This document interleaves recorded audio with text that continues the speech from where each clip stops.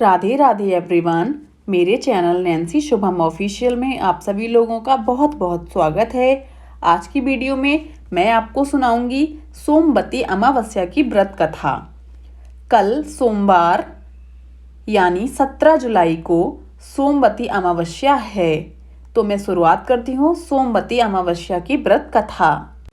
सोमवती अमावस्या व्रत कथा के अनुसार एक गरीब ब्राह्मण परिवार था। उस परिवार में पति, पत्नी एवं उसकी एक पुत्री भी थी। उनकी पुत्री समय के गुजरने के साथ साथ धीरे धीरे बड़ी होने लगी। उस पुत्री में बढ़ती उम्र के साथ सभी स्त्रियोचित सगुणों का विकास हो रहा था।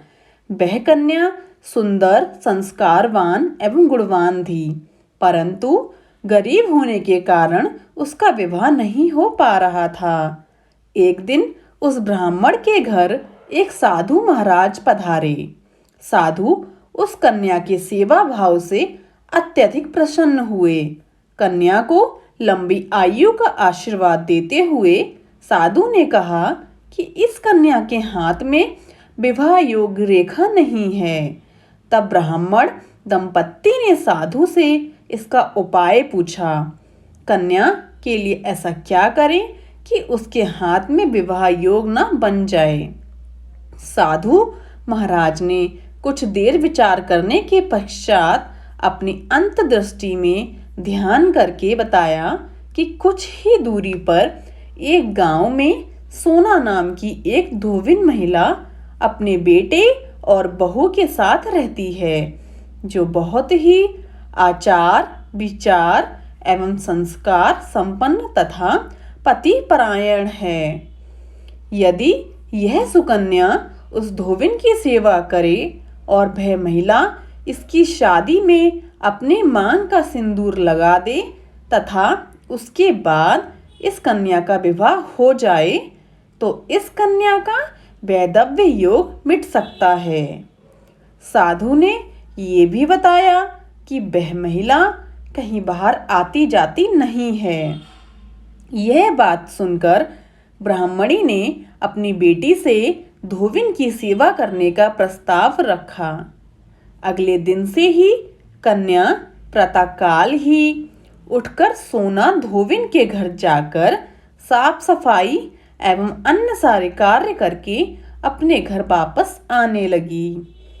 एक दिन सोना धोबिन अपनी बहू से पूछती है कि तुम तो सुबह ही उठकर सारे काम कर लेती हो और पता भी नहीं चलता।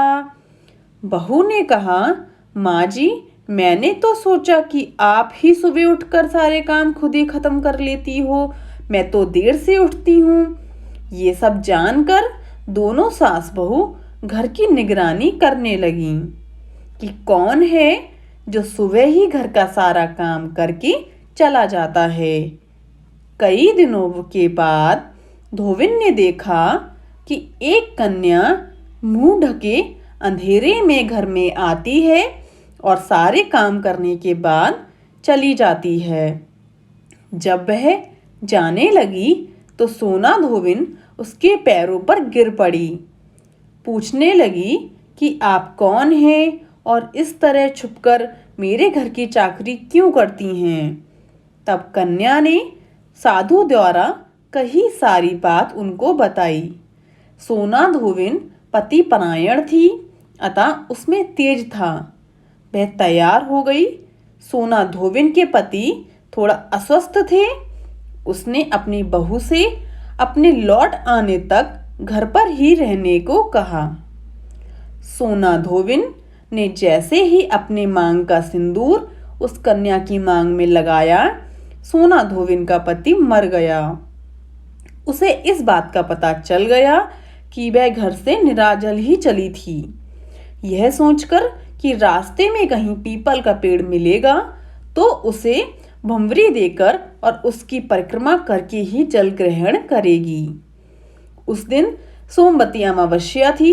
ब्राह्मण के घर मिले पुए पकवान की जगह उसने ईंट के टुकड़ों से 108 बार भंवरी देकर 108 बार पीपल के पेड़ की परिक्रमा की और उसके बाद जल को ग्रहण किया। ऐसा करते ही उसके पति के मृत शरीर में वापस जान आ गई। धोबिन का पति फिर से जीवित हो गया। ये थी हमारी सोमवती अमावस्या की व्रत कथा दोस्तों। अगर आपके लिए यह वीडियो थोड़ी सी भी यूज़फुल रही हो तो मेरे चैनल को लाइक शेयर एंड सब्सक्राइब जरूर कीजिएगा and also press the bell icon, ताकि मेरी कोई भी वीडियो आए आपको नोटिफिकेशन मिल जाए। राधे राधे एवरीवन।